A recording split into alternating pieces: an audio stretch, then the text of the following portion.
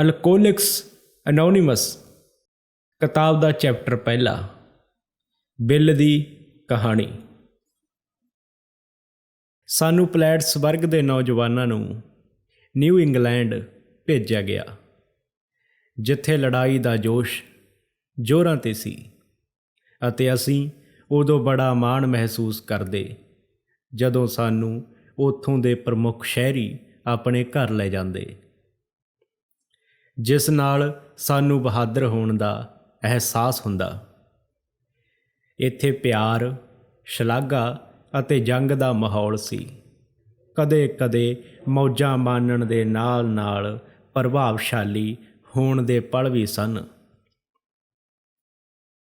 ਆਖਿਰਕਾਰ ਮੈਂ ਆਪਣੇ ਆਪ ਨੂੰ ਜ਼ਿੰਦਗੀ ਦਾ ਇੱਕ ਹਿੱਸਾ ਮਹਿਸੂਸ ਕਰਨ ਲੱਗਾ, ਅਤੇ ਇਸ ਜੋਸ਼ ਦੌਰਾਨ ਹੀ ਮੇਰੀ ਜ਼ਿੰਦਗੀ ਵਿੱਚ ਸ਼ਰਾਬ ਆ ਗਈ। ਮੈਂ ਆਪਣੇ ਵੱਡਿਆਂ ਦੀ ਤਾੜਨਾ ਅਤੇ ਉਹਨਾਂ ਦੇ ਸ਼ਰਾਬ ਵਿਰੋਧੀ ਵਿਚਾਰ ਭੁੱਲ ਗਿਆ। ਸਮਾਂ ਆਉਣ 'ਤੇ ਅਸੀਂ ਸਮੁੰਦਰੀ ਜਹਾਜ਼ਾਂ ਰਾਹੀਂ ਲੜਾਈ ਵਾਲੀ ਜਗ੍ਹਾ ਵੱਲ ਰਵਾਨਾ ਹੋ ਗਏ। ਮੈਂ ਬਹੁਤ ਇਕੱਲਾ ਸੀ ਅਤੇ ਸ਼ਰਾਬ ਵੱਲ ਪਰਤ ਗਿਆ।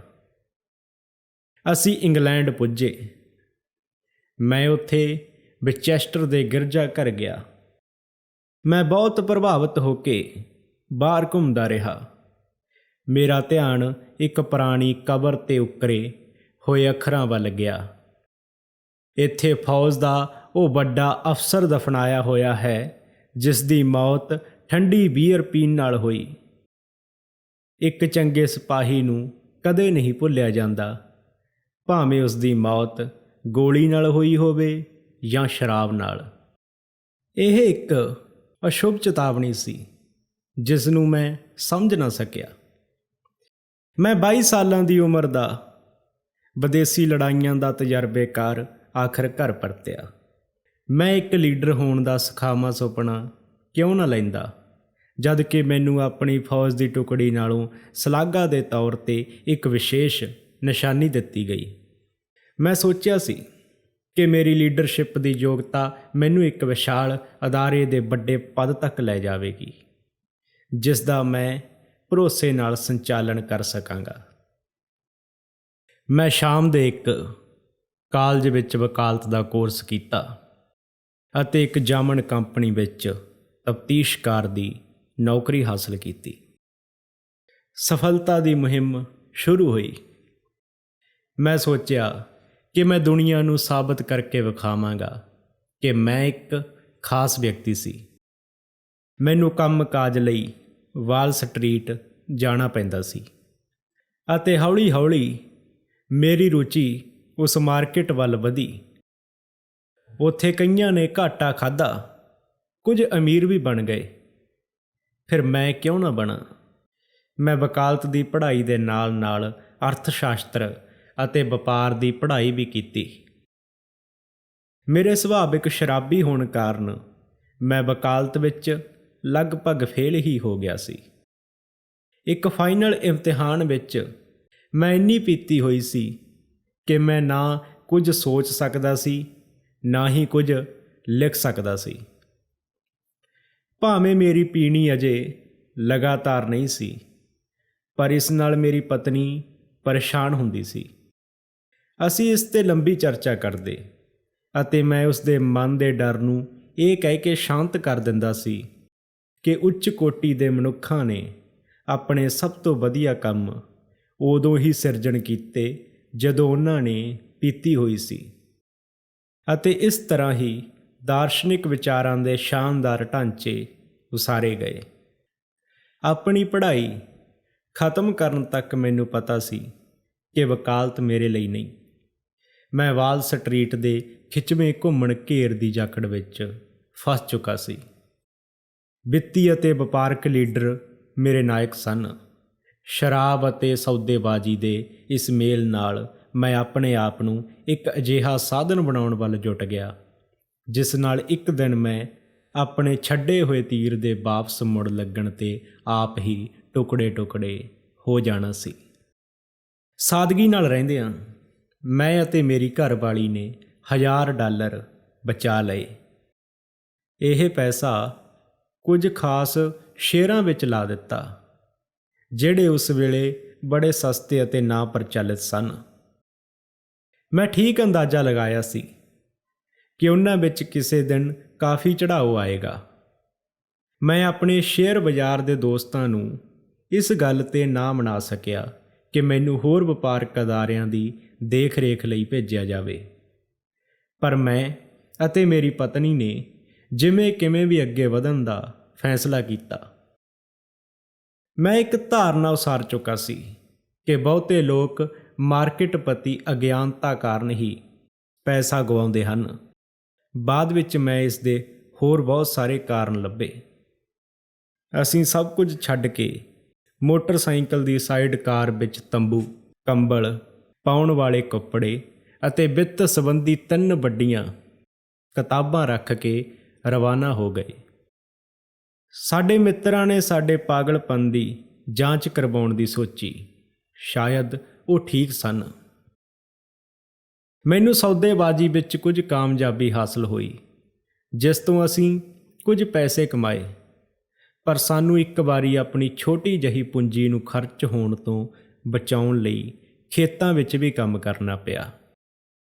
ਇਹ ਕਈ ਸਾਲਾਂ ਦੀ ਇਮਾਨਦਾਰੀ ਨਾਲ ਕੀਤੀ ਆਖਰੀ ਮਿਹਨਤ ਸੀ। ਅਸੀਂ 1 ਸਾਲ ਵਿੱਚ ਹੀ ਅਮਰੀਕਾ ਦਾ ਸਾਰਾ ਪੂਰਬੀ ਹਿੱਸਾ ਘੁੰਮ ਲਿਆ। ਅਖੀਰ ਵਿੱਚ ਮੇਰੀ ਜਾਣਕਾਰੀ ਸਦਕਾ ਮੈਨੂੰ ਵਾਲ ਸਟਰੀਟ ਵਿੱਚ ਇੱਕ ਖਾਸ ਸਥਾਨ ਅਤੇ ਨਾਲ ਹੀ ਖੁੱਲ੍ਹਾ ਖਰਚਾ ਕਰਨ ਦਾ ਮੌਕਾ ਮਿਲ ਗਿਆ।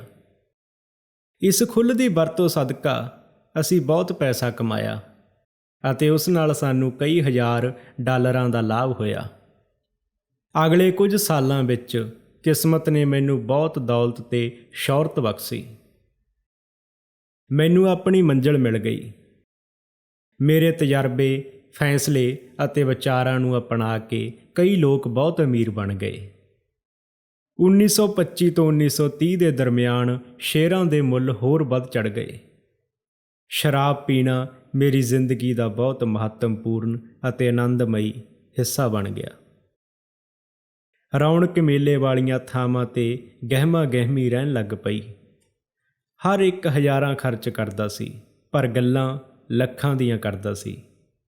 ਜੇ ਕੋਈ ਇਸ ਨੂੰ ਮਜ਼ਾਕ ਸਮਝੇ ਤਾਂ ਉਸ ਦੀ ਮਰਜ਼ੀ, ਪਰ ਅਸੀਂ ਕਿਸੇ ਦੀ ਪਰਵਾਹ ਨਹੀਂ ਕੀਤੀ। ਮਤਲਬੀ ਦੋਸਤ ਮੇਰੇ ਨਾਲ ਆ ਚਿੰਬੜੇ। ਮੇਰੀ ਸ਼ਰਾਬ ਨੇ ਹੋਰ ਭਿਆਨਕ ਰੂਪ ਧਾਰਨ ਕਰ ਲਿਆ ਅਤੇ ਮੈਂ ਦਿਨ ਰਾਤ ਪੀਣ ਲੱਗ ਪਿਆ।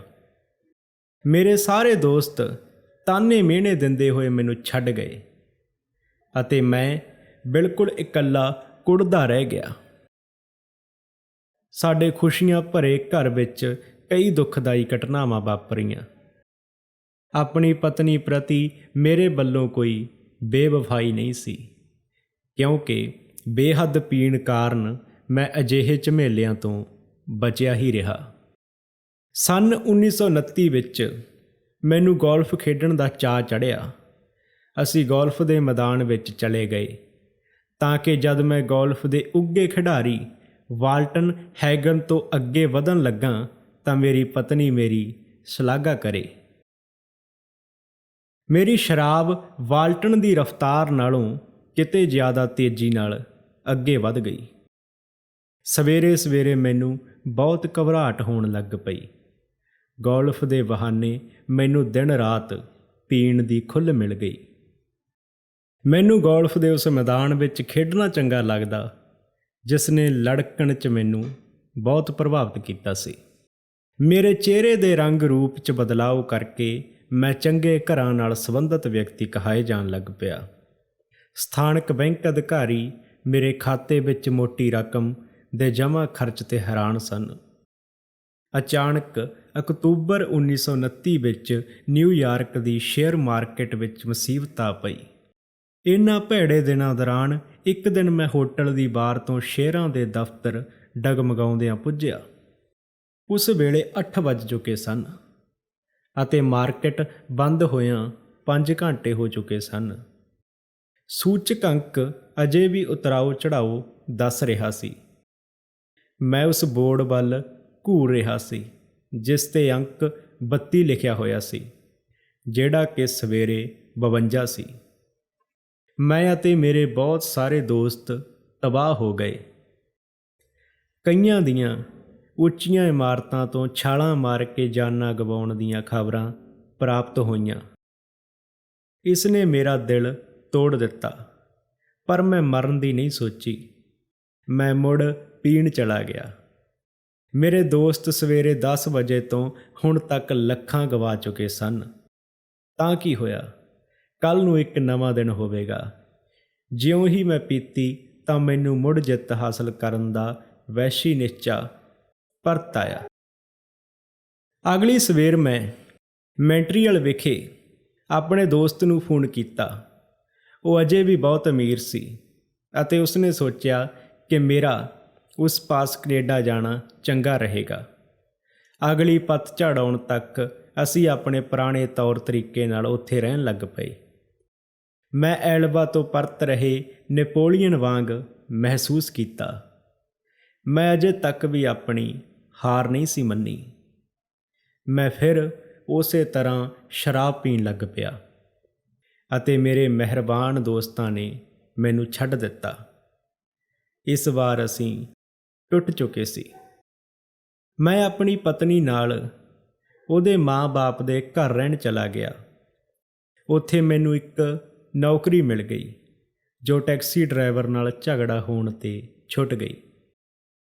ਕੋਈ ਇਹ ਅੰਦਾਜ਼ਾ ਨਹੀਂ ਲਗਾ ਸਕਦਾ ਸੀ ਕਿ ਅਗਲੇ 5 ਸਾਲਾਂ ਵਿੱਚ ਮੇਰੇ ਕੋਲ ਕੋਈ ਨੌਕਰੀ ਨਹੀਂ ਹੋਵੇਗੀ ਅਤੇ ਸ਼ਾਇਦ ਹੀ ਕੋਈ ਸਾਹ ਮੈਂ ਬਿਨਾਂ ਪੀਤੇ ਲਵਾਂਗਾ। ਮੇਰੀ ਪਤਨੀ ਨੇ ਇੱਕ ਦੁਕਾਨ ਵਿੱਚ ਕੰਮ ਕਰਨਾ ਸ਼ੁਰੂ ਕੀਤਾ ਅਤੇ ਜਦ ਉਹ ਥੱਕੀ ਟੁੱਟੀ ਘਰ ਆਉਂਦੀ ਤਾਂ ਮੈਨੂੰ ਧੁੱਤ ਪਾਉਂਦੀ। ਸ਼ੇਅਰ ਮਾਰਕੀਟ ਵਿੱਚ ਮੈਨੂੰ ਅਣਚਾਹਿਆ ਚਿਪਕੂ ਵਾਂਗ ਸਮਝਿਆ ਜਾਣ ਲੱਗ ਪਿਆ। ਸ਼ਰਾਬ ਹੁਣ ਐਸ ਦਾ ਸਾਧਨ ਨਹੀਂ ਰਹੀ ਸੀ। ਇਹ ਇੱਕ ਜ਼ਰੂਰਤ ਬਣ ਗਈ ਸੀ। ਨਜਾਇਜ਼ ਸ਼ਰਾਬ ਦੀਆਂ 2 ਬੋਤਲਾਂ ਅਤੇ ਅਕਸਰ 3 ਬੋਤਲਾਂ ਵੀ ਹੋ ਜਾਂਦੀਆਂ ਸਨ। ਕਦੇ-ਕਦੇ ਕੋਈ ਛੋਟੇ ਸੌਦੇ ਵਿੱਚੋਂ ਕੁਝ ਬਚ ਜਾਂਦਾ ਤਾਂ ਮੈਂ ਆਪਣੀ ਸ਼ਰਾਬ ਅਤੇ ਇਸ ਦੇ ਨਾਲ ਦੇ ਖਰਚਿਆਂ ਦੇ ਬਕਾਇਆ ਅਦਾ ਕਰ ਦਿੰਦਾ।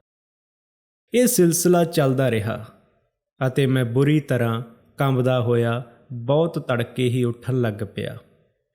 ਜੇ ਮੈਂ ਨਾਸ਼ਤਾ ਕਰਨਾ ਹੁੰਦਾ ਤਾਂ ਸ਼ਰਾਬ ਦਾ ਭਰਿਆ ਵੱਡਾ ਗਲਾਸ ਅਤੇ ਬੀਅਰ ਦੀਆਂ ਅੱਧੀ ਦਰਜਨ ਬੋਤਲਾਂ ਚਾਹੀਦੀਆਂ ਹੁੰਦੀਆਂ ਸਨ। ਫਿਰ ਵੀ ਮੈਂ ਅਜਿਹਾ ਸੋਚਦਾ ਕਿ ਮੈਂ ਹਾਲਾਤ ਕਾਬੂ ਵਿੱਚ ਕਰ ਸਕਦਾ ਸੀ। ਇਸ ਵਿਚਕਾਰ ਸੂਫੀਪਨ ਦਾ ਕੁਝ ਸਮਾਂ ਮੇਰੀ ਪਤਨੀ ਦੀ ਆਸ ਮੁੜ ਜਗਾ ਦਿੰਦਾ। ਹੌਲੀ-ਹੌਲੀ ਹਾਲਾਤ ਹੋਰ ਭੈੜੇ ਹੋ ਗਏ ਅਤੇ ਘਰ ਜਿਨ੍ਹਾਂ ਕੋਲ ਗਹਿਣੇ ਰੱਖਿਆ ਸੀ ਉਹਨਾਂ ਦਾ ਹੀ ਹੋ ਗਿਆ। ਮੇਰੀ ਸੱਸ ਮਰ ਗਈ ਅਤੇ ਮੇਰੀ ਪਤਨੀ ਅਤੇ ਸਹੁਰਾ ਬਿਮਾਰ ਪੈ ਗਏ। ਫਿਰ ਮੈਨੂੰ ਵਪਾਰ ਦਾ ਇੱਕ ਸੁਨਹਿਰੀ ਮੌਕਾ ਮਿਲਿਆ। ਸ਼ੇਅਰ ਬਾਜ਼ਾਰ ਦੇ ਭੰਡਾਰ ਸਾਲ 1932 ਦੇ ਦੌਰਾਨ ਸਭ ਤੋਂ ਘੱਟ ਕੀਮਤਾਂ 'ਤੇ ਸਨ ਅਤੇ ਮੈਂ ਕਿਸੇ ਤਰ੍ਹਾਂ ਇਹਨਾਂ ਦੀ ਖਰੀਦ ਵਾਸਤੇ ਇੱਕ ਗਰੁੱਪ ਬਣਾਇਆ। ਮੈਨੂੰ ਇਸ ਦੇ ਲਾਭ ਵਿੱਚੋਂ ਇੱਕ ਵੱਡਾ ਹਿੱਸਾ ਮਿਲਣਾ ਸੀ, ਪਰ ਮੈਂ ਸ਼ਰਾਬ ਦੀ ਝੜੀ ਵਿੱਚ ਫਸ ਗਿਆ ਅਤੇ ਇਹ ਮੌਕਾ ਵੀ ਹੱਥੋਂ ਗਵਾਚ ਗਿਆ। ਮੈਂ ਹੋਸ਼ ਵਿੱਚ ਆਇਆ। ਸ਼ਰਾਬ ਛੱਡਣੀ ਹੀ ਪੈਣੀ ਸੀ। ਮੈਂ ਵੇਖਿਆ ਕਿ ਮੈਂ ਇੱਕ ਪੈਗ ਵੀ ਨਹੀਂ ਪੀ ਸਕਦਾ ਸੀ। ਮੈਨੂੰ ਹਮੇਸ਼ਾ ਲਈ ਛੱਡਣੀ ਪਵੇਗੀ। ਇਸ ਤੋਂ ਪਹਿਲਾਂ ਵੀ ਮੈਂ ਬਹੁਤ ਸਾਰੇ ਸੁਖਾਵੇਂ ਵਾਅਦੇ ਕੀਤੇ ਸਨ, ਪਰ ਮੇਰੀ ਪਤਨੀ ਨੇ ਖੁਸ਼ੀ ਨਾਲ ਇਹ ਮਹਿਸੂਸ ਕੀਤਾ ਕਿ ਮੈਂ ਇਸ ਵਾਰ ਸੱਚਮੁੱਚ ਕੁਝ ਕਰਨਾ ਚਾਹੁੰਦਾ ਹਾਂ ਅਤੇ ਮੈਂ ਵੀ ਇਹੀ ਸੋਚਦਾ ਸੀ। ਥੋੜ੍ਹੇ ਸਮੇਂ ਬਾਅਦ ਹੀ ਮੈਂ ਘਰ ਧੁੱਤ ਹੋ ਕੇ ਆਇਆ। ਮੈਂ ਕੋਈ ਸੰਘਰਸ਼ ਨਹੀਂ ਕਰ ਸਕਿਆ ਸੀ।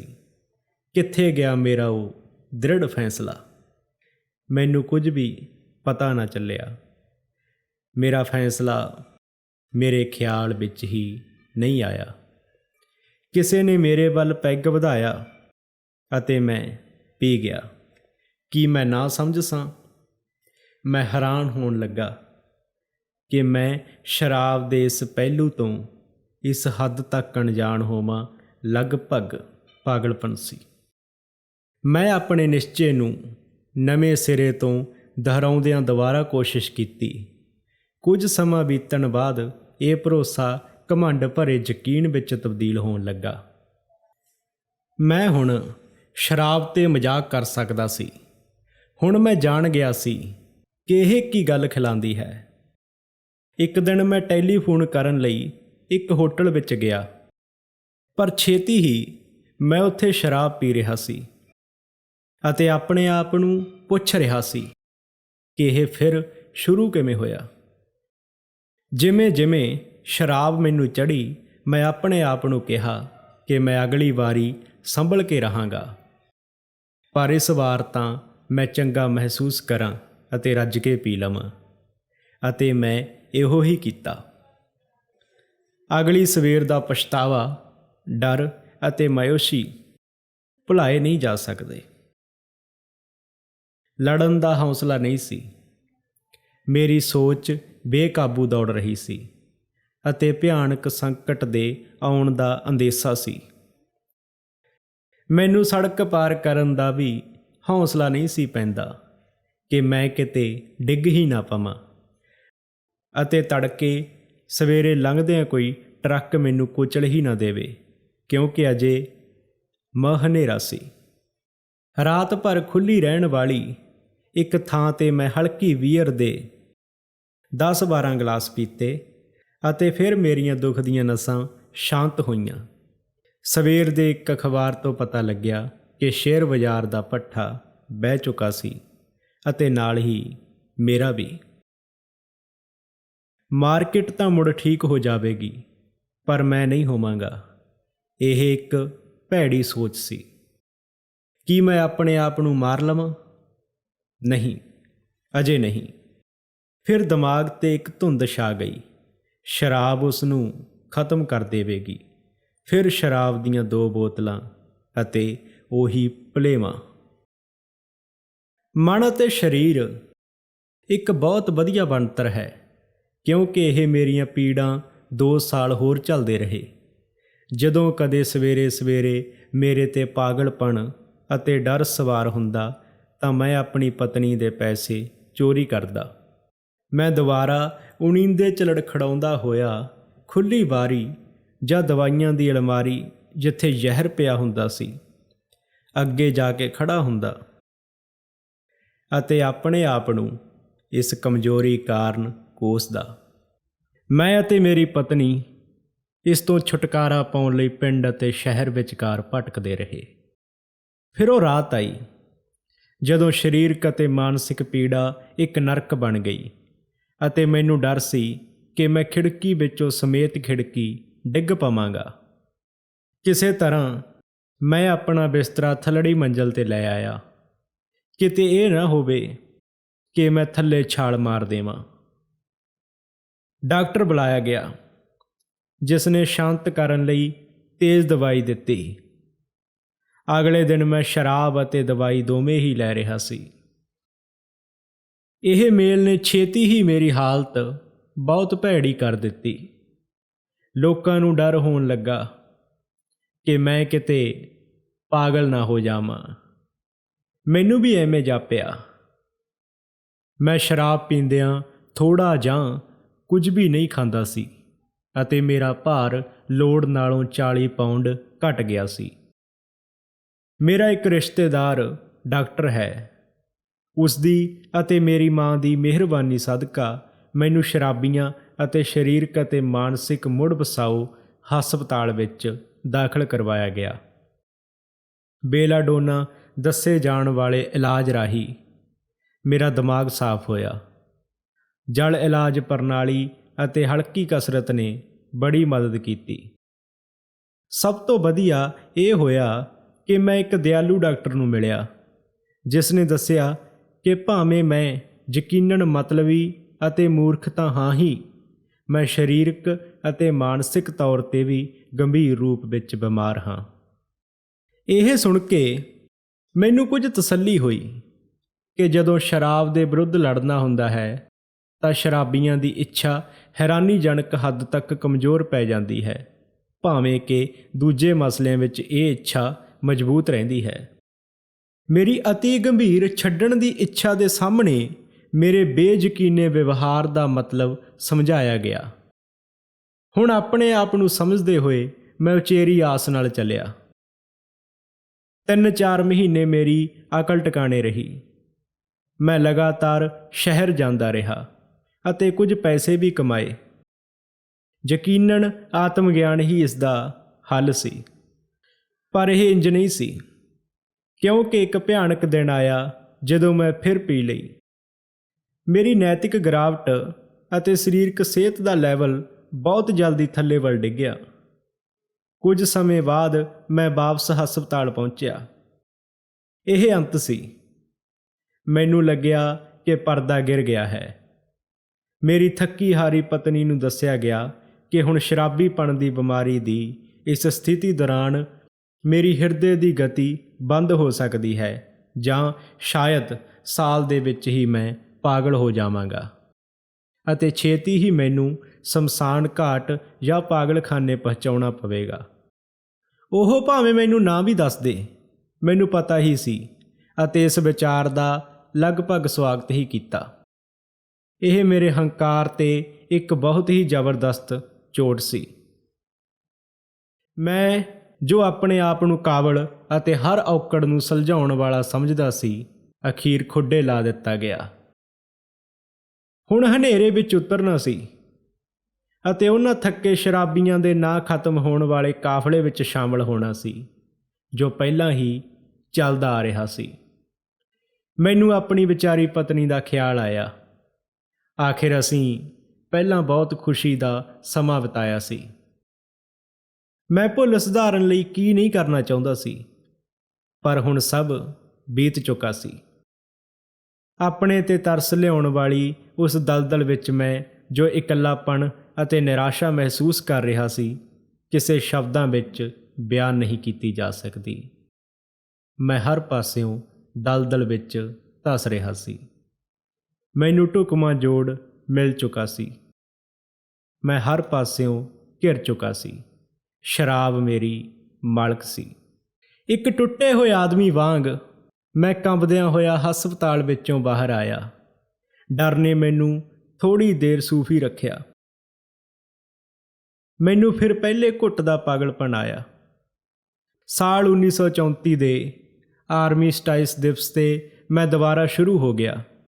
ਸਭ ਨੂੰ ਇਸ ਹੱਦ ਤੱਕ ਵਿਸ਼ਵਾਸ ਹੋ ਗਿਆ ਕਿ ਮੈਨੂੰ ਬੰਦ ਕਰਕੇ ਰੱਖਣਾ ਪਵੇਗਾ ਜਾਂ ਮੈਂ ਲੜਖੜਾਉਂਦੇ ਹੋਏ ਦੁਖਦਾਈ ਅੰਤ ਵੱਲ ਜਾਵਾਂਗਾ।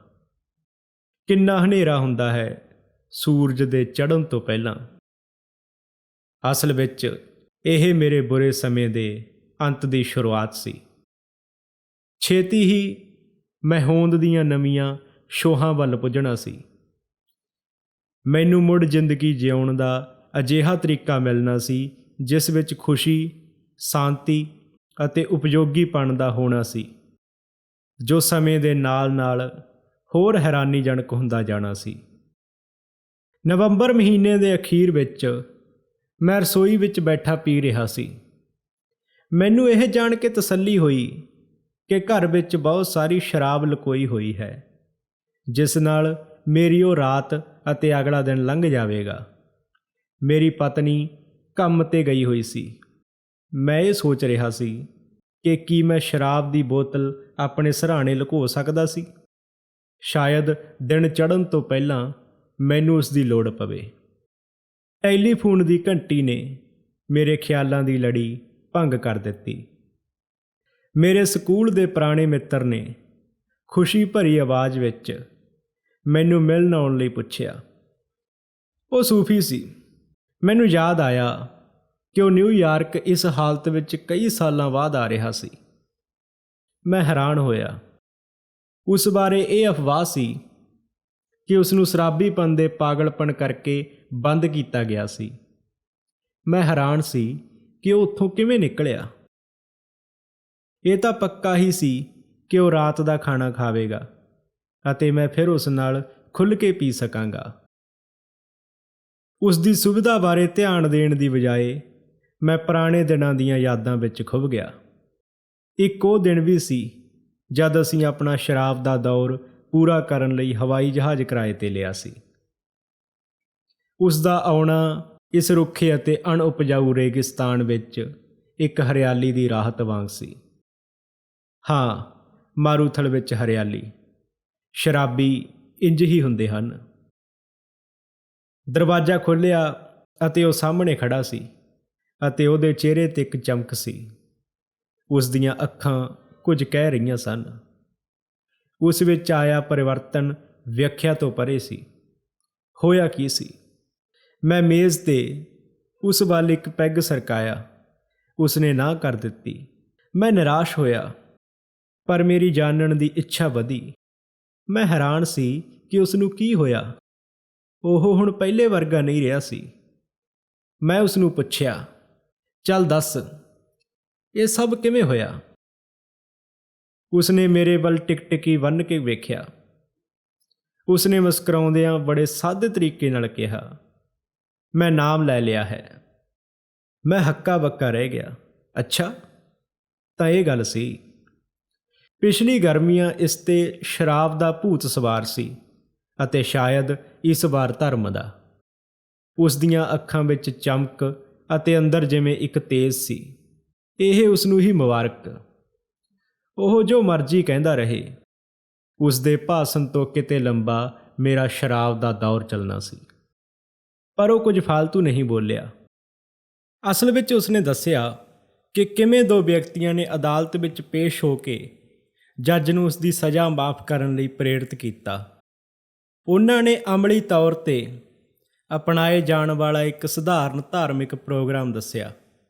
ਇਹ ਗੱਲ 2 ਮਹੀਨੇ ਪਹਿਲਾਂ ਹੋਈ ਅਤੇ ਨਤੀਜਾ ਪ੍ਰਤੱਖ ਸੀ। ਇਸ ਨੇ ਅਸਰ ਵਿਖਾਇਆ। ਉਹ ਆਪਣਾ ਤਜਰਬਾ ਮੈਨੂੰ ਦੱਸਣ ਆਇਆ ਸੀ, ਬੇਸ਼ਰਤੇ ਮੈਂ ਉਸ ਨੂੰ ਧਿਆਨ ਨਾਲ ਸੁਣਾ। ਮੈਨੂੰ ਝਟਕਾ ਲੱਗਾ, ਪਰ ਮੈਂ ਇੱਛੁਕ ਸੀ। ਯਕੀਨਨ ਮੇਰੀ ਦਿਲਚਸਪੀ ਵਧੀ। ਇਹ ਇੰਜ ਹੋਣਾ ਹੀ ਸੀ, ਕਿਉਂਕਿ ਮੈਂ ਆਸ ਗਵਾ ਬੈਠਾ ਸੀ। ਉਹ ਘੰਟਿਆਂ ਬੱਧੀ ਗੱਲਾਂ ਕਰਦਾ ਰਿਹਾ। ਮੇਰੇ ਸਾਹਮਣੇ ਬਚਪਨ ਦੀਆਂ ਯਾਦਾਂ ਮੁੜ ਤਾਜ਼ਾ ਹੋ ਗਈਆਂ। ਸ਼ਾਂਤ ਐਤਵਾਰ ਨੂੰ ਉਹ ਡੇਰੇ 'ਤੇ ਚੱਲਦਾ ਧਾਰਮਿਕ ਗੁਰੂ ਦਾ ਪ੍ਰਚਾਰ ਮੈਂ ਜਿਵੇਂ ਦੂਰ ਪਹਾੜੀਆਂ ਵਿੱਚ ਬੈਠਾ ਮੁੜ ਸੁਣ ਰਿਹਾ ਹੋਵਾਂ।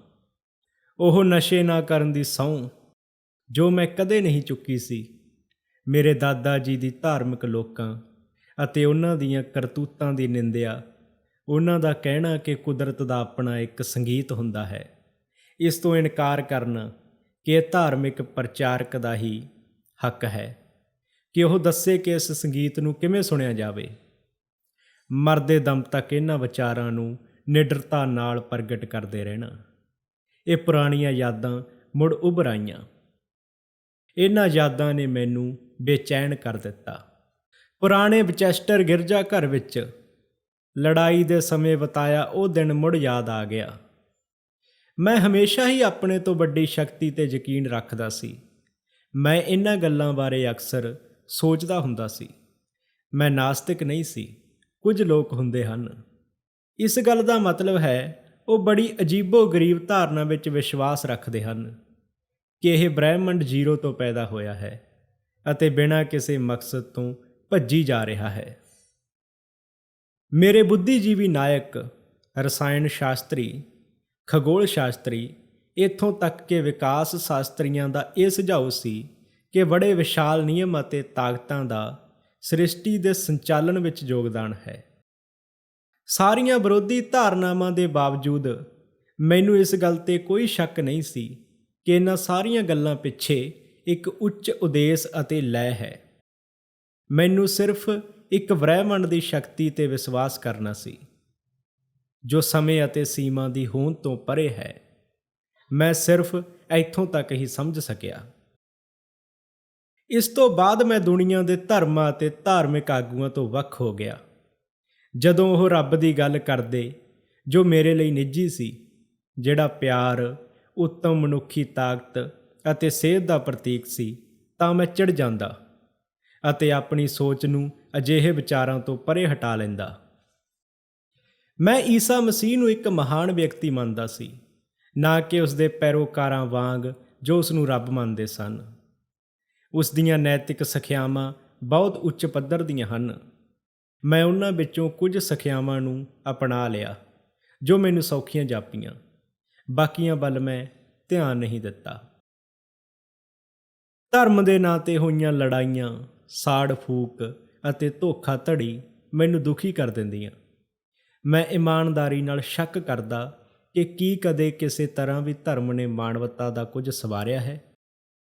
ਜੋ ਮੈਂ ਯੂਰਪ ਵਿੱਚ ਵੇਖਿਆ ਸੀ, ਉਸ ਦੇ ਅਨੁਭਵ ਤੋਂ ਮੈਂ ਮਹਿਸੂਸ ਕੀਤਾ ਕਿ ਮਨੁੱਖੀ ਕਾਰ ਵਿਹਾਰ ਵਿੱਚ ਰੱਬੀ ਤਾਕਤ ਦੀ ਬਹੁਤ ਘਾਟ ਸੀ ਅਤੇ ਮਨੁੱਖੀ ਭਾਈਚਾਰਾ ਇੱਕ ਕਠੋਰ ਮਜ਼ਾਕ ਸੀ।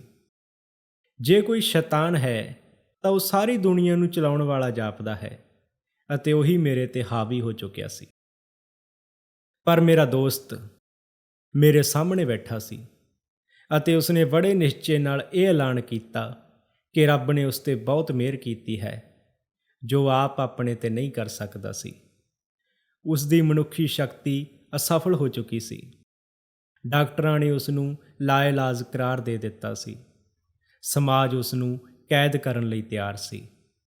ਮੇਰੀ ਤਰ੍ਹਾਂ ਉਹ ਪੂਰਨ ਹਾਰ ਮੰਨ ਚੁੱਕਾ ਸੀ। ਉਸ ਤੋਂ ਬਾਅਦ ਅਸਲ ਵਿੱਚ ਉਸ ਨੂੰ ਮੌਤ ਦੇ ਮੂੰਹ 'ਚੋਂ ਕੱਢ ਕੇ, ਅਚਾਨਕ ਕਬਾੜ ਦੇ ਢੇਰ 'ਚੋਂ ਚੁੱਕ ਕੇ ਜੀਵਨ ਦੇ ਉਸ ਸਤਰ ਤੱਕ ਪਹੁੰਚਾਇਆ ਗਿਆ ਜਿਹੜਾ ਕਿ ਉਸ ਦੀ ਬੀਤੀ ਜ਼ਿੰਦਗੀ ਦੇ ਸਭ ਤੋਂ ਵਧੀਆ ਸਮੇਂ ਤੋਂ ਵੀ ਬਿਹਤਰ ਸੀ। ਕੀ ਇਹ ਵੱਡੀ ਸ਼ਕਤੀ ਉਸ ਵਿੱਚ ਉਤਪੰਨ ਹੋਈ ਸੀ? ਯਕੀਨਨ ਹੀ ਨਹੀਂ। ਉਸ ਕੋਲ ਓਨੀ ਹੀ ਸ਼ਕਤੀ ਸੀ ਜਿੰਨੀ ਕਿ ਉਸ ਪਲ ਮੇਰੇ ਪਾਸ, ਅਤੇ ਇਹ ਬਿਲਕੁਲ ਨਾ ਹੋਣ ਦੇ ਬਰਾਬਰ ਹੀ ਸੀ।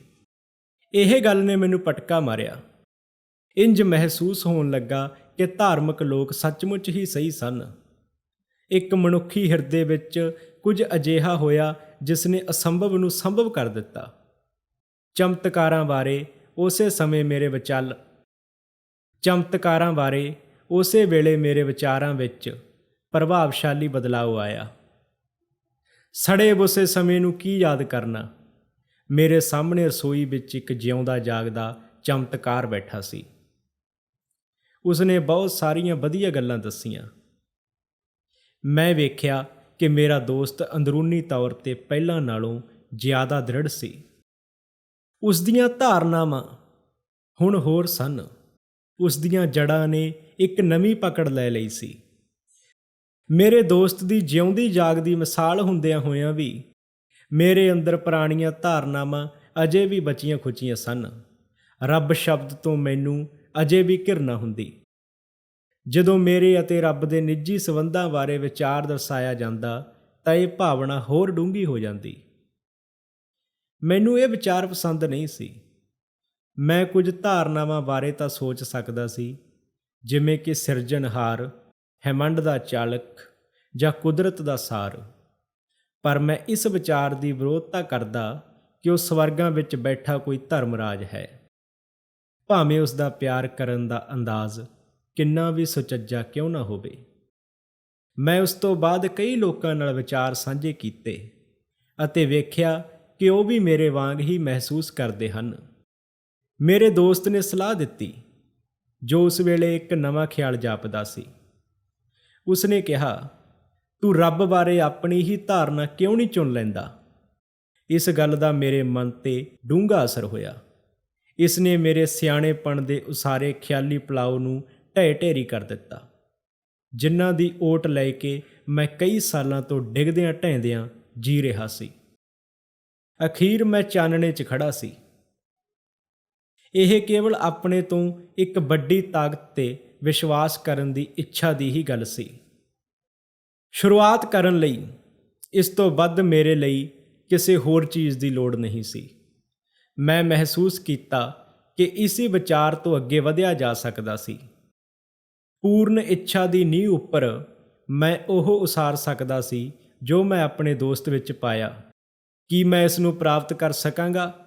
ਯਕੀਨਨ ਮੈਂ ਕਰ ਸਕਾਂਗਾ। ਹੁਣ ਮੈਨੂੰ ਪੱਕਾ ਵਿਸ਼ਵਾਸ ਹੋ ਗਿਆ ਕਿ ਜਦੋਂ ਮਨੁੱਖ ਰੱਬ ਨੂੰ ਪੂਰੀ ਤਰ੍ਹਾਂ ਚਾਹੁੰਦਾ ਹੈ ਤਾਂ ਉਹ ਵੀ ਉਸ 'ਤੇ ਮਿਹਰ ਕਰਦਾ ਹੈ। ਅਖੀਰ ਮੈਂ ਜਾਣਿਆ, ਮਹਿਸੂਸ ਕੀਤਾ ਅਤੇ ਮੈਨੂੰ ਵਿਸ਼ਵਾਸ ਹੋ ਗਿਆ। ਮੇਰੀਆਂ ਅੱਖਾਂ ਤੋਂ ਘਮੰਡ ਅਤੇ ਪਹਿਲਾਂ ਬਣੀ ਧਾਰਨਾ ਦੀ ਪੱਟੀ ਉਤਰ ਗਈ। ਇੱਕ ਨਵੀਂ ਜ਼ਿੰਦਗੀ ਦਾ ਅਹਿਸਾਸ ਹੋਇਆ। ਗਿਰਜਾ ਘਰ ਵਿੱਚ ਹੋਏ ਤਜਰਬੇ ਦੀ ਅਸਲੀ ਮਹੱਤਤਾ ਨੂੰ ਮੈਂ ਅਚਾਨਕ ਫਿਰ ਮਹਿਸੂਸ ਕੀਤਾ। ਪਲ ਭਰ ਲਈ ਮੈਨੂੰ ਰੱਬ ਦੀ ਲੋੜ ਮਹਿਸੂਸ ਹੋਈ ਅਤੇ ਮੈਂ ਉਸ ਨੂੰ ਚਾਹਿਆ। ਉਸ ਨੂੰ ਆਪਣੇ ਨਾਲ ਮਹਿਸੂਸ ਕਰਨ ਦੀ ਨਿਮਰ ਇੱਛਾ ਜਾਗੀ ਅਤੇ ਉਹ ਮੇਰੇ ਨਾਲ ਸੀ। ਮੈਂ ਛੇਤੀ ਹੀ ਉਸ ਦੇ ਨਾਲ ਹੋਮ ਦੀ ਭਾਵਨਾ ਦੁਨਿਆਵੀ ਰੌਲੇ ਰੱਪੇ, ਖਾਸ ਕਰਕੇ ਜੋ ਮੇਰੇ ਅੰਦਰ ਸੀ, ਧੁੰਦਲਾ ਪਾ ਦਿੱਤਾ। ਅਤੇ ਉਦੋਂ ਤੋਂ ਹੀ ਇਹ ਇਸ ਤਰ੍ਹਾਂ ਹੁੰਦਾ ਰਿਹਾ। ਮੈਂ ਅਕਲ ਦਾ ਕਿੰਨਾ ਅੰਨਾ ਸੀ। ਹਸਪਤਾਲ ਵਿੱਚ ਮੈਨੂੰ ਸ਼ਰਾਬ ਤੋਂ ਅਖੀਰਲੀ ਵਾਰੀ ਵੱਖ ਕੀਤਾ ਗਿਆ। ਇਲਾਜ ਕਰਾਉਣਾ ਇੱਕ ਸਿਆਣਪ ਜਾਪੀ, ਕਿਉਂਕਿ ਸ਼ਰਾਬ ਛੱਡਣ ਤੋਂ ਬਾਅਦ ਹੋਣ ਵਾਲੇ ਚਿੰਨ੍ਹ ਨਜ਼ਰ ਆਉਣ ਲੱਗ ਪਏ ਸਨ।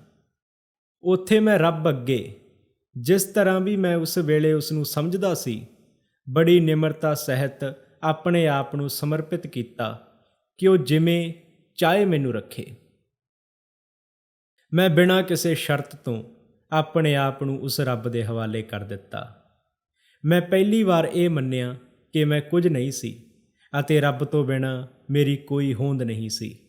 ਮੈਂ ਦ੍ਰਿੜਤਾ ਨਾਲ ਬਿਨਾਂ ਕਿਸੇ ਡਰ ਤੋਂ ਆਪਣੇ ਪਾਪਾਂ ਦਾ ਸਾਹਮਣਾ ਕੀਤਾ ਅਤੇ ਇਸ ਗੱਲ ਲਈ ਰਾਜ਼ੀ ਹੋ ਗਿਆ ਕਿ ਮੇਰਾ ਨਵਾਂ ਲੱਭਿਆ ਦੋਸਤ ਉਹਨਾਂ ਨੂੰ ਸਮੁੱਚੇ ਤੌਰ 'ਤੇ ਬਖਸ਼ ਦੇਵੇ। ਉਦੋਂ ਤੋਂ ਹੀ ਮੈਂ ਸ਼ਰਾਬ ਨਹੀਂ ਪੀਤੀ। ਮੇਰਾ ਸਕੂਲ ਦਾ ਪੁਰਾਣਾ ਦੋਸਤ ਮੈਨੂੰ ਮਿਲਣ ਆਇਆ ਅਤੇ ਉਸ ਨੂੰ ਆਪਣੀਆਂ ਸਮੱਸਿਆਵਾਂ ਅਤੇ ਖਾਮੀਆਂ ਬਾਰੇ ਪੂਰੀ ਤਰ੍ਹਾਂ ਜਾਣੂ ਕਰਵਾਇਆ। ਅਸੀਂ ਉਹਨਾਂ ਲੋਕਾਂ ਦੀ ਸੂਚੀ ਬਣਾਈ ਜਿਨ੍ਹਾਂ ਨੂੰ ਮੈਂ ਕੋਈ ਨੁਕਸਾਨ ਪਹੁੰਚਾਇਆ ਸੀ ਜਾਂ ਜਿਨ੍ਹਾਂ ਪ੍ਰਤੀ ਮੈਨੂੰ ਗਿਲਾ ਸ਼ਿਕਵਾ ਸੀ। ਮੈਂ ਉਹਨਾਂ ਵਿਅਕਤੀਆਂ ਕੋਲ ਜਾ ਕੇ ਆਪਣੀਆਂ ਗਲਤੀਆਂ ਮੰਨਣ ਦੀ ਪੂਰੀ ਇੱਛਾ ਜ਼ਾਹਰ ਕੀਤੀ। ਮੈਂ ਫਿਰ ਕਦੇ ਉਹਨਾਂ ਦੀ ਨਿੰਦਾ ਨਹੀਂ ਕਰਨੀ ਸੀ। ਮੈਂ ਉਹ ਸਾਰੀਆਂ ਗੱਲਾਂ ਆਪਣੀ ਪੂਰੀ ਯੋਗਤਾ ਨਾਲ ਸੁਲਝਾਉਣੀਆਂ ਸਨ। ਮੈਂ ਰੱਬ ਪ੍ਰਤੀ ਆਈ ਨਵੀਂ ਸੁਚੇਤਤਾ ਰਾਹੀਂ ਆਪਣੀ ਸੋਚ ਨੂੰ ਪਰਖਣਾ ਸੀ। ਆਮ ਸੋਚ ਇੱਕ ਵਿਸ਼ੇਸ਼ ਸਿਆਣਪ ਬਣ ਗਈ। ਜਦੋਂ ਵੀ ਮੈਨੂੰ ਕੋਈ ਸ਼ੰਕਾ ਹੁੰਦੀ ਤਾਂ ਮੈਂ ਚੁੱਪਚਾਪ ਬੈਠ ਜਾਂਦਾ ਅਤੇ ਆਪਣੀਆਂ ਸਮੱਸਿਆਵਾਂ ਨੂੰ ਸੁਲਝਾਉਣ ਲਈ ਜਿਸ ਤਰ੍ਹਾਂ ਉਹ ਚਾਹੇ ਉਸ ਤੋਂ ਅਗਵਾਈ ਅਤੇ ਸ਼ਕਤੀ ਦੀ ਅਰਦਾਸ ਕਰਦਾ। ਮੈਂ ਕਦੇ ਵੀ ਸਿਰਫ ਆਪਣੇ ਲਈ ਪ੍ਰਾਰਥਨਾ ਨਹੀਂ ਕਰਦਾ ਸੀ, ਸਿਵਾਏ ਉਦੋਂ ਜਦੋਂ ਮੈਂ ਦੂਜਿਆਂ ਲਈ ਲਾਭਕਾਰੀ ਹੋ ਸਕਦਾ ਹੋਵਾਂ, ਅਤੇ ਸਿਰਫ ਉਦੋਂ ਹੀ ਮੈਂ ਕੁਝ ਪਾਉਣ ਦੀ ਆਸ ਰੱਖਦਾ ਸੀ। ਪਰ ਉਹ ਇੱਕ ਬਹੁਤ ਵੱਡੀ ਪ੍ਰਾਪਤੀ ਸੀ। ਮੇਰੇ ਦੋਸਤ ਨੇ ਭਰੋਸਾ ਦਿਵਾਇਆ ਕਿ ਜਦੋਂ ਮੈਂ ਇਹ ਸਭ ਕੁਝ ਕਰ ਲਵਾਂਗਾ ਤਾਂ ਮੇਰਾ ਸਿਰਜਣਹਾਰ ਨਾਲ ਨਵਾਂ ਰਿਸ਼ਤਾ ਸਥਾਪਿਤ ਹੋ ਜਾਵੇਗਾ ਅਤੇ ਮੈਨੂੰ ਜਿਉਣ ਦਾ ਇੱਕ ਅਜਿਹਾ ਰਸਤਾ ਲੱਭ ਪਵੇਗਾ ਜਿਸ ਵਿੱਚ ਮੇਰੀਆਂ ਸਾਰੀਆਂ ਸਮੱਸਿਆਵਾਂ ਦਾ ਹੱਲ ਹੋਵੇਗਾ। ਜੀਵਨ ਦੀ ਨਵੀਂ ਰਾਹ ਸਥਾਪਿਤ ਕਰਨ ਅਤੇ ਉਸ ਦੇ ਚੱਲਣ ਲਈ ਰੱਬ ਦੀ ਸ਼ਕਤੀ ਵਿੱਚ ਵਿਸ਼ਵਾਸ, ਦਿਲੀ ਇੱਛਾ, ਇਮਾਨਦਾਰੀ ਅਤੇ ਨਿਮਰਤਾ ਵਿਸ਼ੇਸ਼ ਤੌਰ 'ਤੇ ਲੋੜੀਂਦੀਆਂ ਸਨ। ਸਧਾਰਨ ਪਰ ਸੌਖਾ ਨਹੀਂ। ਇਸ ਲਈ ਇੱਕ ਕੀਮਤ ਦੇਣੀ ਪੈਣੀ ਸੀ। ਇਸ ਦਾ ਮਤਲਬ ਸੀ ਆਤਮ ਕੇਂਦਰਤਾ ਦਾ ਖਾਤਮਾ ਕਰਨਾ। ਮੈਨੂੰ ਸਭ ਕੁਝ ਉਸ ਅੱਗੇ ਸਮਰਪਿਤ ਕਰਨਾ ਪਵੇਗਾ ਜੋ ਸਾਡਾ ਸਭ ਦਾ ਮਾਲਕ ਹੈ। ਇਹ ਇਨਕਲਾਬੀ ਅਤੇ ਕਰੜੇ ਸੁਝਾਅ ਸਨ, ਪਰ ਜਿਉਂ ਹੀ ਮੈਂ ਉਹਨਾਂ ਨੂੰ ਪੂਰੀ ਤਰ੍ਹਾਂ ਸਵੀਕਾਰ ਕੀਤਾ, ਉਹਨਾਂ ਦਾ ਪ੍ਰਭਾਵ ਇੱਕਦਮ ਪਿਆ। ਇੱਕ ਜਿੱਤ ਦਾ ਅਹਿਸਾਸ ਹੋਇਆ, ਜਿਸ ਉਪਰੰਤ ਇੱਕ ਅਜਿਹੀ ਆਤਮ ਸ਼ਾਂਤੀ ਅਤੇ ਸਕੂਨ ਦੀ ਪ੍ਰਾਪਤੀ ਹੋਈ ਜਿਸ ਤੋਂ ਮੈਂ ਪਹਿਲਾਂ ਅਣਜਾਣ ਸੀ। ਇੱਕ ਦ੍ਰਿੜ ਵਿਸ਼ਵਾਸ ਹੋਇਆ। ਮੈਂ ਉੱਪਰ ਉੱਠਿਆ ਹੋਇਆ ਮਹਿਸੂਸ ਕੀਤਾ, ਜਿੱਥੇ ਕਿ ਉੱਚੇ ਪਹਾੜਾਂ ਦੀ ਸ਼ੀਤਲ ਹਵਾ ਲਗਾਤਾਰ ਵਗ ਰਹੀ ਹੋਵੇ। ਆਮ ਲੋਕਾਂ ਨੂੰ ਰੱਬ ਦੀ ਪ੍ਰਾਪਤੀ ਹੌਲੀ-ਹੌਲੀ ਹੁੰਦੀ ਹੈ, ਪਰ ਮੇਰੇ 'ਤੇ ਉਸ ਦਾ ਪ੍ਰਭਾਵ ਇੱਕਦਮ ਅਤੇ ਗਹਿਰਾ ਹੋਇਆ। ਇੱਕ ਪਲ ਲਈ ਮੈਂ ਚੁਕੰਨਾ ਹੋਇਆ ਅਤੇ ਆਪਣੇ ਡਾਕਟਰ ਦੋਸਤ ਨੂੰ ਇਹ ਪੁੱਛਣ ਲਈ ਬੁਲਾਇਆ ਕਿ ਕੀ ਮੇਰੀ ਦਿਮਾਗੀ ਹਾਲਤ ਠੀਕ ਸੀ। ਉਸਨੇ ਮੈਨੂੰ ਬੜੀ ਹੈਰਾਨੀ ਨਾਲ ਸੁਣਿਆ। ਆਖਰ ਉਸਨੇ ਇਹ ਕਹਿੰਦੇ ਆਪਣਾ ਸਿਰ ਹਿਲਾਇਆ, ਤੈਨੂੰ ਕੁਝ ਹੋ ਗਿਆ ਜਾਪਦਾ ਹੈ ਜੋ ਮੇਰੀ ਸਮਝ ਤੋਂ ਬਾਹਰ ਹੈ, ਪਰ ਇਹ ਚੰਗਾ ਹੋਵੇਗਾ ਜੇ ਤੂੰ ਐਵੇਂ ਹੀ ਚੱਲਦਾ ਰਹੇ। ਜੋ ਵੀ ਹੈ ਉਹ ਤੇਰੀ ਪਹਿਲੀ ਹਾਲਤ ਨਾਲੋਂ ਚੰਗਾ ਹੈ। ਭਲੇ ਡਾਕਟਰ ਦੇ ਸੰਪਰਕ ਵਿੱਚ ਹੁਣ ਕਈ ਅਜਿਹੇ ਵਿਅਕਤੀ ਆਉਂਦੇ ਹਨ ਜਿਨ੍ਹਾਂ ਨੂੰ ਮੇਰੇ ਵਰਗੇ ਤਜਰਬੇ ਦਾ ਅਹਿਸਾਸ ਹੁੰਦਾ ਹੈ। ਉਹ ਜਾਣ ਗਿਆ ਹੈ ਕਿ ਇਹ ਸੱਚ ਹੈ। ਹਸਪਤਾਲ ਵਿੱਚ ਲੰਮੇ ਪਿਆਂ ਮੈਨੂੰ ਇਹ ਖਿਆਲ ਆਇਆ ਕਿ ਹਜ਼ਾਰਾਂ ਹੀ ਅਜਿਹੇ ਸ਼ਰਾਬੀ ਹਨ ਜੋ ਉਹ ਕੁਝ ਪ੍ਰਾਪਤ ਕਰਕੇ ਖੁਸ਼ ਹੋਣਗੇ ਜੋ ਮੈਨੂੰ ਆਸਾਨੀ ਨਾਲ ਮਿਲਿਆ ਸੀ। ਸ਼ਾਇਦ ਮੈਂ ਉਹਨਾਂ ਵਿੱਚੋਂ ਕੁਝ ਦੀ ਮਦਦ ਕਰ ਸਕਾਂ ਅਤੇ ਉਹ ਅੱਗੇ ਹੋਰਨਾਂ ਦੀ ਮਦਦ ਕਰ ਸਕਣ। ਮੇਰੇ ਦੋਸਤ ਨੇ ਇਹਨਾਂ ਅਸੂਲਾਂ ਨੂੰ ਆਪਣੀ ਜ਼ਿੰਦਗੀ ਦੇ ਹਰ ਪਹਿਲੂ ਵਿੱਚ ਲਾਗੂ ਕਰਨ ਦੀ ਸਖਤ ਜ਼ਰੂਰਤ 'ਤੇ ਜ਼ੋਰ ਪਾਇਆ ਸੀ। ਖਾਸ ਤੌਰ 'ਤੇ ਦੂਜਿਆਂ ਨਾਲ ਕੰਮ ਕਰਨਾ ਬਹੁਤ ਜ਼ਰੂਰੀ ਸੀ, ਜਿਵੇਂ ਕਿ ਮੇਰੇ ਦੋਸਤ ਨੇ ਮੇਰੇ ਵਾਸਤੇ ਕੀਤਾ। ਉਸਨੇ ਕਿਹਾ, ਬਿਨਾਂ ਅਮਲ ਵਿੱਚ ਲਿਆਂਦਿਆਂ ਵਿਸ਼ਵਾਸ ਮਰ ਜਾਂਦਾ ਹੈ ਅਤੇ ਇੱਕ ਸ਼ਰਾਬੀ ਲਈ ਇਹ ਕਿੰਨੀ ਵੱਡੀ ਸੱਚਾਈ ਹੈ, ਕਿਉਂਕਿ ਜੇ ਸ਼ਰਾਬੀ ਆਪਣੀ ਅਧਿਆਤਮਿਕ ਜ਼ਿੰਦਗੀ ਨੂੰ ਦੂਜਿਆਂ ਵਾਸਤੇ ਕੰਮ ਕਰਕੇ ਅਤੇ ਉਹਨਾਂ ਲਈ ਆਤਮ ਬਲਿਦਾਨ ਦੇ ਕੇ ਵਿਸ਼ਾਲ ਅਤੇ ਨਿਪੁੰਨ ਨਹੀਂ ਬਣਾਉਂਦਾ, ਤਾਂ ਉਹ ਅੱਗੇ ਆਉਣ ਵਾਲੀਆਂ ਮੁਸ਼ਕਲਾਂ ਅਤੇ ਇਮਤਿਹਾਨ ਦੀ ਘੜੀ ਤੋਂ ਨਹੀਂ ਬਚ ਸਕੇਗਾ। ਜੇ ਉਹ ਇੰਜ ਨਹੀਂ ਕਰੇਗਾ ਤਾਂ ਉਹ ਯਕੀਨਨ ਹੀ ਮੁੜ ਪੀ ਲਵੇਗਾ ਅਤੇ ਜੇ ਉਹ ਪੀਵੇਗਾ ਤਾਂ ਉਹ ਨਿਸ਼ਚਿਤ ਹੀ ਮਰ ਜਾਵੇਗਾ। ਫਿਰ ਨਾਲ ਹੀ ਵਿਸ਼ਵਾਸ ਵੀ ਮਰ ਜਾਵੇਗਾ। ਸਾਡੇ ਨਾਲ ਬਿਲਕੁਲ ਇਸ ਤਰ੍ਹਾਂ ਹੀ ਹੁੰਦਾ ਹੈ। ਮੈਂ ਅਤੇ ਮੇਰੀ ਪਤਨੀ ਨੇ ਪੂਰੀ ਭਾਵਨਾ ਨਾਲ ਦੂਜੇ ਸ਼ਰਾਬੀਆਂ ਦੀਆਂ ਸਮੱਸਿਆਵਾਂ ਦੇ ਹੱਲ ਅਤੇ ਉਹਨਾਂ ਦੀ ਮਦਦ ਕਰਨ ਦੇ ਵਿਚਾਰ ਨਾਲ ਆਪਣੇ ਆਪ ਨੂੰ ਸਮਰਪਿਤ ਕਰਨ ਦਾ ਫੈਸਲਾ ਕੀਤਾ। ਇਹ ਖੁਸ਼ਕਿਸਮਤੀ ਹੀ ਸੀ, ਕਿਉਂਕਿ 1.5 ਸਾਲ ਤੱਕ ਮੇਰੇ ਵਪਾਰ ਨਾਲ ਸੰਬੰਧਿਤ ਲੋਕਾਂ ਨੇ ਮੇਰੇ 'ਤੇ ਵਿਸ਼ਵਾਸ ਨਾ ਹੋਣ ਕਾਰਨ ਮੈਨੂੰ ਕੋਈ ਕੰਮ ਨਾ ਦਿੱਤਾ। ਮੈਂ ਉਦੋਂ ਪੂਰੀ ਤਰ੍ਹਾਂ ਠੀਕ ਨਹੀਂ ਸੀ ਅਤੇ ਆਪਣੇ ਆਪ 'ਤੇ ਤਰਸ ਅਤੇ ਗਿਲੇ ਸ਼ਿਕਵੇ ਦੀਆਂ ਭਾਵਨਾਵਾਂ ਨਾਲ ਪੀੜਤ ਸੀ। ਇਹ ਭਾਵਨਾ ਮੈਨੂੰ ਕਦੇ-ਕਦੇ ਮੁੜ ਪੀਣ ਵੱਲ ਲੈ ਜਾਂਦੀ, ਪਰ ਮੈਂ ਛੇਤੀ ਹੀ ਇਹ ਪਾਇਆ ਕਿ ਜਦੋਂ ਸਾਰੇ ਹੀਲੇ ਫੇਲ ਹੋ ਜਾਂਦੇ ਤਾਂ ਦੂਜੇ ਸ਼ਰਾਬੀਆਂ ਦੀ ਮਦਦ ਕਰਨ ਨਾਲ ਹੀ ਬਚਾਓ ਹੁੰਦਾ ਹੈ। ਕਈ ਵਾਰ ਨਿਰਾਸ਼ਾ ਹੋਣ 'ਤੇ ਮੈਂ ਆਪਣੇ ਪੁਰਾਣੇ ਹਸਪਤਾਲ ਜਾਂਦਾ। ਉੱਥੇ ਕਿਸੇ ਇੱਕ ਆਦਮੀ ਨਾਲ ਗੱਲ ਕਰਕੇ ਮੇਰਾ ਹੌਸਲਾ ਬਹੁਤ ਵੱਧ ਜਾਂਦਾ ਅਤੇ ਮੈਂ ਆਪਣੇ ਆਪ ਨੂੰ ਸੰਭਲਿਆ ਹੋਇਆ ਮਹਿਸੂਸ ਕਰਦਾ। ਇਹ ਜਿਉਣ ਦਾ ਉਹ ਢੰਗ ਹੈ ਜਿਹੜਾ ਮੁਸ਼ਕਲਾਂ ਵਿੱਚ ਵੀ ਸਾਥ ਦਿੰਦਾ ਹੈ। ਅਸੀਂ ਬਹੁਤ ਸਾਰੇ ਪੱਕੇ ਦੋਸਤ ਬਣਾਉਣੇ ਸ਼ੁਰੂ ਕੀਤੇ ਅਤੇ ਇਹ ਭਾਈਚਾਰਾ ਸਾਡੇ ਵਿੱਚ ਹੋਰ ਵਧਿਆ ਫੁੱਲਿਆ, ਜਿਸ ਦਾ ਹਿੱਸਾ ਹੋਣਾ ਸਾਡੇ ਲਈ ਬਹੁਤ ਚੰਗੀ ਗੱਲ ਸੀ। ਤਣਾਅ ਅਤੇ ਮੁਸ਼ਕਲਾਂ ਵਿੱਚ ਰਹਿੰਦੇ ਹੋਇਆਂ ਵੀ ਅਸੀਂ ਅਸਲ ਵਿੱਚ ਜ਼ਿੰਦਗੀ ਦਾ ਆਨੰਦ ਲੈਂਦੇ ਹਾਂ। ਮੈਂ ਇਹ ਵੇਖਿਆ ਹੈ ਕਿ ਹਜ਼ਾਰਾਂ ਪਰਿਵਾਰ ਇਸ ਰਸਤੇ 'ਤੇ ਚੱਲ ਕੇ ਕਿਸੇ ਮੰਜ਼ਿਲ ਤੱਕ ਪਹੁੰਚੇ ਹਨ ਅਤੇ ਨਾ ਹੱਲ ਹੋਣ ਵਾਲੇ ਘਰੇਲੂ ਹਾਲਾਤ ਵੀ ਠੀਕ ਹੋਏ ਹਨ ਅਤੇ ਹਰ ਤਰ੍ਹਾਂ ਦੇ ਲੜਾਈ ਝਗੜੇ ਸਮਾਪਤ ਹੋਏ ਹਨ। ਮੈਂ ਵੇਖਿਆ ਹੈ ਕਿ ਕਈ ਆਦਮੀਆਂ ਨੇ ਹਸਪਤਾਲਾਂ ਵਿੱਚੋਂ ਬਾਹਰ ਆ ਕੇ ਆਪਣੇ ਪਰਿਵਾਰ ਅਤੇ ਸਮਾਜ ਵਿੱਚ ਇੱਕ ਮਹੱਤਵਪੂਰਨ ਸਥਾਨ ਮੁੜ ਪ੍ਰਾਪਤ ਕੀਤਾ। ਵਪਾਰੀਆਂ ਅਤੇ ਵਿਵਸਾਇਕ ਵਿਅਕਤੀਆਂ ਨੇ ਆਪਣੇ ਕਾਰੋਬਾਰ ਵਿੱਚ ਮੁੜ ਪਹਿਲਾਂ ਵਾਲੀ ਹੈਸੀਅਤ ਹਾਸਲ ਕੀਤੀ। ਸ਼ਾਇਦ ਹੀ ਕੋਈ ਅਜਿਹੀ ਮੁਸੀਬਤ ਜਾਂ ਦੁੱਖ ਹੋਵੇ ਜਿਸ ਨੂੰ ਅਸੀਂ ਹੱਲ ਨਾ ਕਰ ਸਕੇ ਹੋਈਏ। ਇੱਕ ਪੱਛਮੀ ਸ਼ਹਿਰ ਅਤੇ ਇਸ ਦੇ ਆਲੇ ਦੁਆਲੇ ਅਸੀਂ ਲਗਭਗ 1000 ਲੋਕ ਆਪਣੇ ਆਪਣੇ ਪਰਿਵਾਰ ਨਾਲ ਰਹਿ ਰਹੇ ਹਾਂ। ਅਸੀਂ ਅਕਸਰ ਮਿਲਦੇ ਰਹਿੰਦੇ ਹਾਂ ਤਾਂ ਜੋ ਨਵੇਂ ਆਉਣ ਵਾਲਿਆਂ ਨੂੰ ਉਹ ਭਾਈਚਾਰਾ ਮਿਲ ਸਕੇ ਜਿਸ ਦੀ ਉਹਨਾਂ ਨੂੰ ਭਾਲ ਹੁੰਦੀ ਹੈ। ਅਜਿਹੇ ਹੋਣ ਵਾਲੇ ਸਧਾਰਨ ਇਕੱਠ ਵਿੱਚ 50 ਤੋਂ 200 ਵਿਅਕਤੀ ਆਮ ਹੁੰਦੇ ਹਨ। ਅਸੀਂ ਗਿਣਤੀ ਅਤੇ ਸ਼ਕਤੀ ਵਿੱਚ ਵਧ ਰਹੇ ਹਾਂ।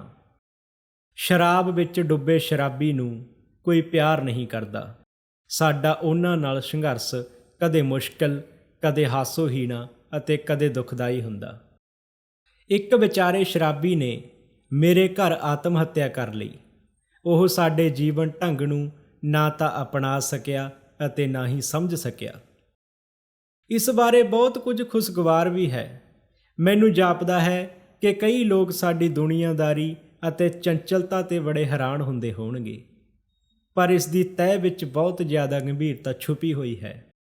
ਸਾਡੇ ਰੋਮ ਵਿੱਚ 24 ਘੰਟੇ ਵਿਸ਼ਵਾਸ ਦਾ ਹੋਣਾ ਜ਼ਰੂਰੀ ਹੈ, ਨਹੀਂ ਤਾਂ ਅਸੀਂ ਖਤਮ ਹੋ ਜਾਵਾਂਗੇ। ਸਾਡੇ ਵਿੱਚੋਂ ਬਹੁਤ ਸਾਰੇ ਇਹ ਮਹਿਸੂਸ ਕਰਦੇ ਹਨ ਕਿ ਸਾਨੂੰ ਆਦਰਸ਼ ਦੁਨੀਆ ਵੱਲ ਝਾਕ ਰੱਖਣ ਦੀ ਲੋੜ ਨਹੀਂ ਹੈ। ਸਾਡੇ ਕੋਲ ਇੱਥੇ ਇਹ ਪਹਿਲਾਂ ਹੀ ਮੌਜੂਦ ਹੈ। ਸਾਡੀ ਰਸੋਈ ਵਿੱਚ ਮੇਰੇ ਦੋਸਤ ਨਾਲ ਹੋਈ ਇੱਕ ਸਧਾਰਨ ਗੱਲਬਾਤ ਹਰ ਰੋਜ਼ ਇਸ ਧਰਤੀ 'ਤੇ ਸ਼ਾਂਤੀ ਅਤੇ ਸਦਭਾਵਨਾ ਦੇ ਵਿਸ਼ਾਲ ਦਾਇਰੇ ਵਿੱਚ ਵਧ ਰਹੀ ਹੈ।